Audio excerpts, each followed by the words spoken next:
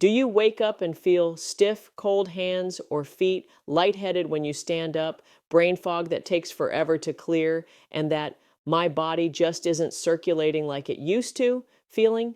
Do your legs feel heavy, your morning energy feels flat, and your blood pressure feels unpredictable before lunch?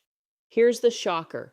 For a lot of men over 60, blood flow doesn't drop because you're getting old.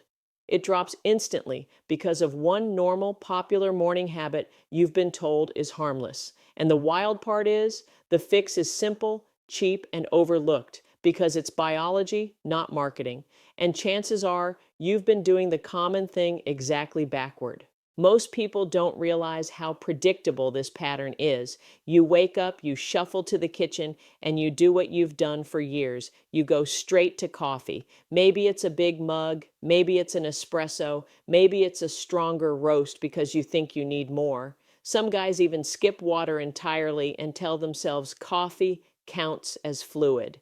Others take their morning pills with coffee, or they drink coffee first and eat later, or they drink coffee and then sit for an hour scrolling on the phone. It feels normal. It feels logical. It feels like the one reliable ritual that still works. And to be fair, coffee does something. It wakes you up. It makes you feel sharper for a moment. It can even make you feel motivated. So you assume it's helping your circulation too because you feel more alive. But here's the real reason it often fails you, especially after 60. That instant lift you feel is not the same as better blood flow to your hands, feet, brain, and muscles.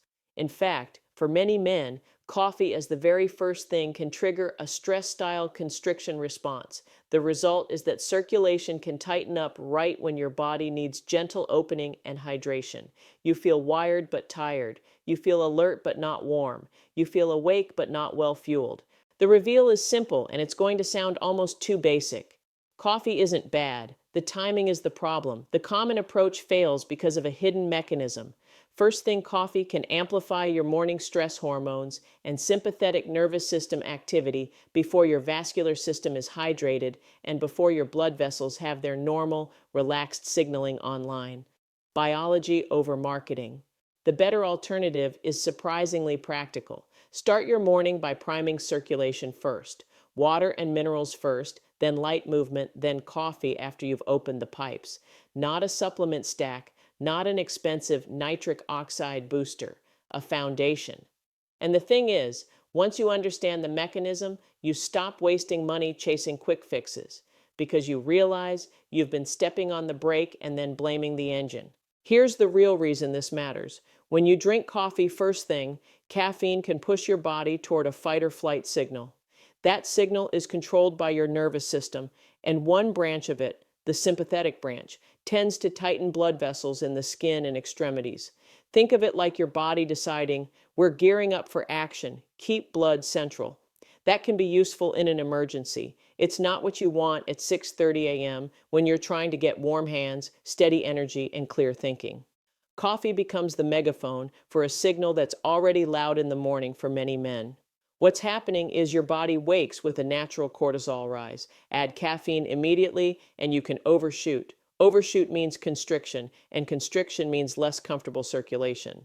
Now contrast that with the better alternative. When you lead with hydration and minerals, you give your blood volume and vessel lining what it needs to relax.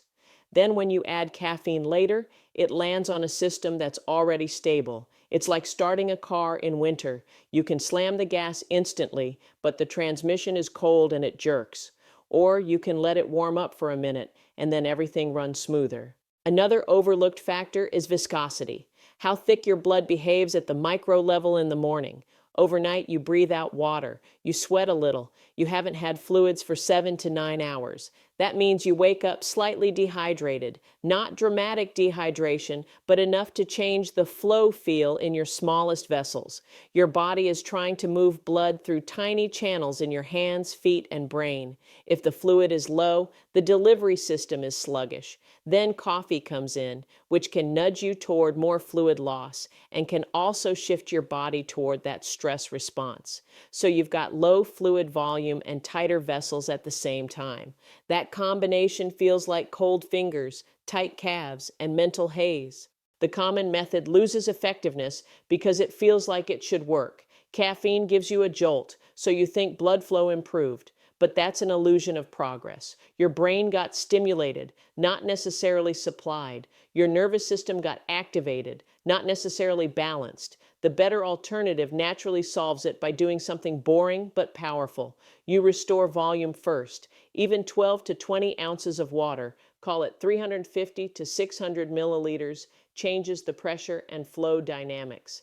Add a pinch of salt or an electrolyte mix, and you improve the hold of that fluid in your bloodstream rather than having it just pass through. That's biology. That's regulation. That's not hype. Another overlooked factor is the endothelium. That's the inner lining of your blood vessels.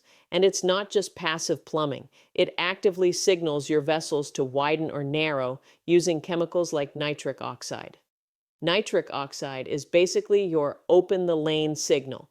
But nitric oxide signaling is sensitive to stress hormones and to oxidative stress.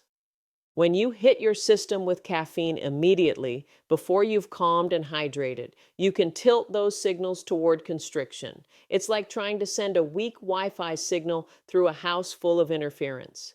The message doesn't land cleanly. Most people don't realize that the endothelium responds beautifully to simple inputs: hydration, gentle movement, breathing, and steady blood sugar. When you do those first, the vessel lining is more responsive. Then coffee later isn't fighting an uphill battle. Another overlooked factor is blood sugar and adrenaline.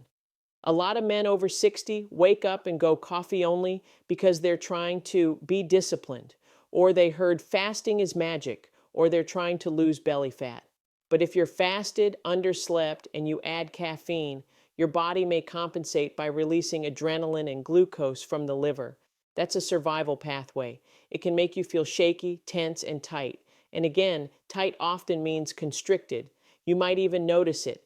Coffee on an empty stomach makes your hands colder, your heart beats faster, and your anxiety rises. That's not a character flaw. That's physiology. The common method loses effectiveness because it turns morning into a stress test. You're asking your body to perform before it's supported. You're forcing output without inputs. The better alternative solves it by stabilizing the morning signal. That doesn't mean you need a huge breakfast. It means you need a foundation. Water and minerals first, then a small protein-based bite if you're sensitive. Something as simple as a few bites of yogurt, a boiled egg, or even a small handful of nuts. When blood sugar signaling is steadier, your blood vessels don't have to clamp down as hard. When adrenaline drops, circulation opens. Another overlooked factor is magnesium and cellular transport. Magnesium is involved in smooth muscle relaxation, including the smooth muscle in your vessel walls. Many men over 60 are marginally low in magnesium because of diet, medications, stress, and simply years of depletion. Here's the key. Caffeine can increase urinary loss of minerals in some people, and it can also make you feel like you need more stimulation because your baseline cellular energy isn't supported. Think of magnesium like the lubricant in a hinge. Without it, the hinge still moves, but it squeaks and sticks. Your vessels can still widen, but they don't do it smoothly. Then coffee comes in, and you're pushing on a stiff system. The result is that you feel the strain, tight neck, tension headaches, cramps, or that wired feeling. The common method loses effectiveness because it ignores cellular prerequisites. You can't stimulate your way out of a deficiency. The better alternative naturally solves it by placing stimulation after support. When you hydrate first and include minerals, you're not taking a supplement to force blood flow. You're restoring what your signaling pathways need. If you choose to use magnesium at night, even better, because it supports sleep and recovery, and better sleep means a calmer morning vascular tone. When sleep improves, stress hormones stabilize. When stress hormones stabilize, blood flow stops yo-yoing. Another overlooked factor is breathing and CO2 balance. Most people don't realize this, but blood vessel tone is affected by how you breathe. When you wake up and immediately drink coffee, you often breathe more shallowly without noticing. Shallow breathing can drop carbon dioxide too low, and low CO2 can cause blood vessels, especially in the brain, to tighten. That can look like brain fog, pressure, or dizziness. Then you drink more coffee to clear it, which drives more stimulation, which drives more shallow breathing.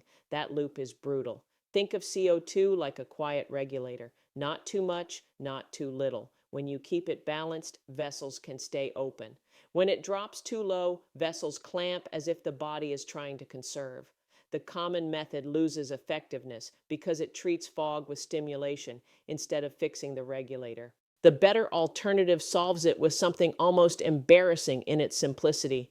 2 minutes of slow nasal breathing when you wake up before coffee. In through the nose, out through the nose, slower on the exhale. That pushes your nervous system toward parasympathetic, rest and digest, where vessel tone is calmer, then hydration, then movement, then coffee. Now, coffee is a tool, not a crutch. Another overlooked factor is temperature and peripheral circulation.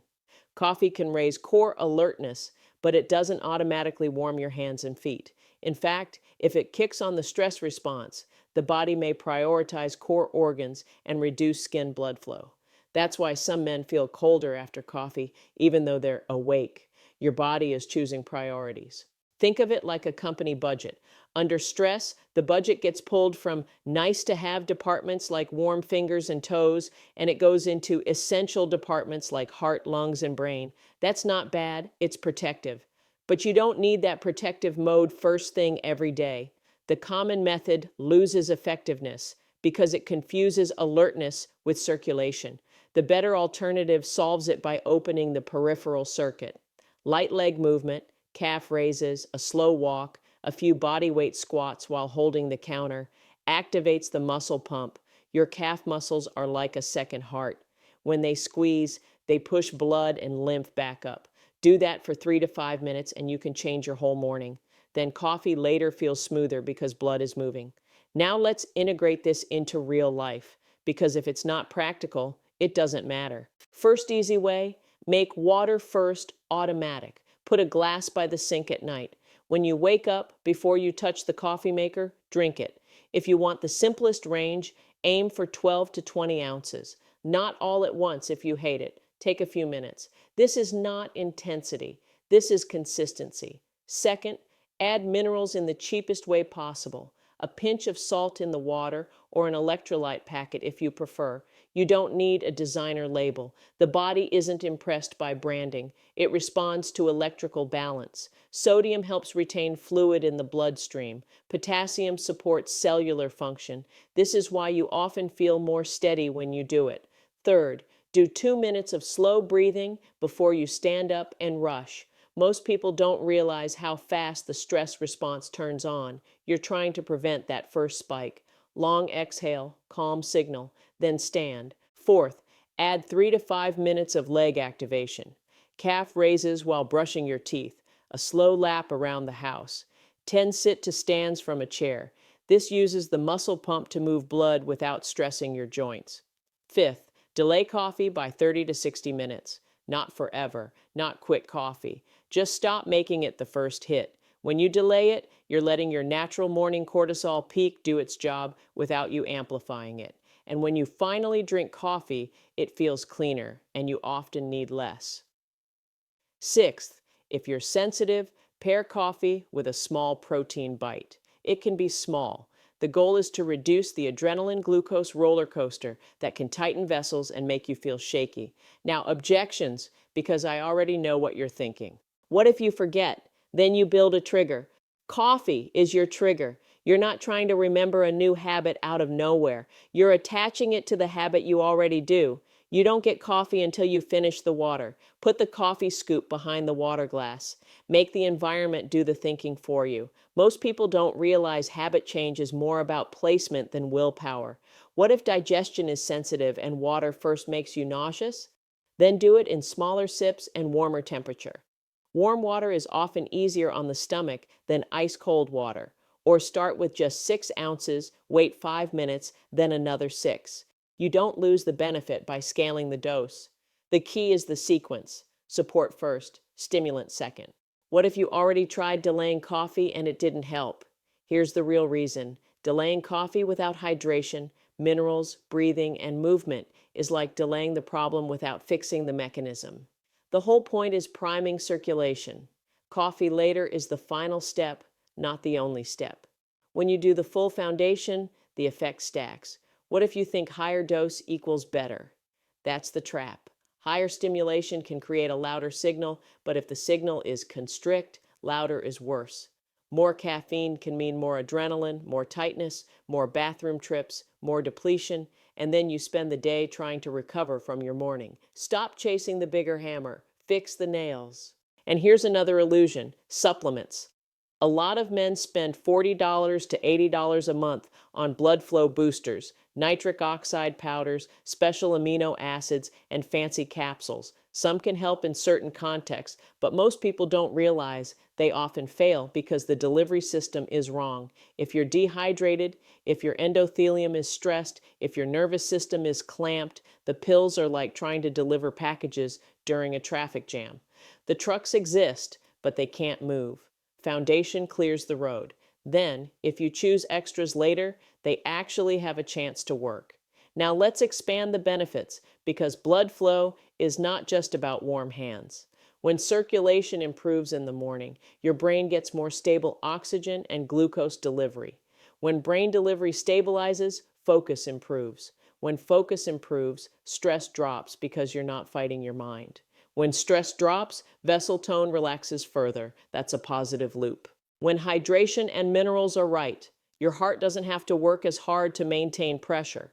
When the heart's workload stabilizes, energy feels smoother. When energy is smoother, you're less likely to reach for sugar mid-morning. When cravings drop, metabolism steadies. And when metabolism steadies, belly fat becomes easier to manage without extreme dieting. When you do light movement early, your joints lubricate, your muscles warm, and your balance improves. That matters after 60. A lot. Because falls don't happen when you're strong and warm. They happen when you're stiff and rushed. Morning circulation is protective. When you stop slamming coffee first thing, sleep often improves too. Most people don't connect this, but if you start the day with a stress spike, you often end the day with a stress residue. Your nervous system stays reactive. Then you need more coffee the next day. That cycle can run for years. Break the cycle and sleep pressure rebuilds. When sleep improves, testosterone signaling and growth hormone pulses tend to improve. And when recovery hormones improve, muscle repair improves. When muscle repair improves, legs feel stronger. When legs feel stronger, walking feels easier. When walking feels easier, circulation improves even more. See the theme? Supporting versus forcing. And the mindset shift is this: stop letting marketing convince you that the answer is another product. The body isn't impressed by labels. It doesn't care if something is premium. It responds to biological compatibility: hydration, minerals, calm signaling, and movement. Foundation beats hacks. Supporting beats forcing. The real upgrade is not a stronger stimulant. It's a better baseline. So here's your takeaway, and it's simple enough to start tomorrow morning. Don't make coffee your first move. Make it your second or third move. Prime your circulation first with water and minerals. Calm your nervous system with slow breathing. Activate your leg pump with a few minutes of movement, and then enjoy your coffee like a tool, not a lifeline. Do that consistently for 14 days, not perfectly, just consistently, and pay attention to the signals: warmth, steadier energy, clearer head, less tightness. Stop wasting money chasing quick fixes that fight your biology. Build the foundation that your biology actually rewards. Then coffee becomes what it was meant to be: a small enhancement on top of a stable system, not the thing you need just to feel normal.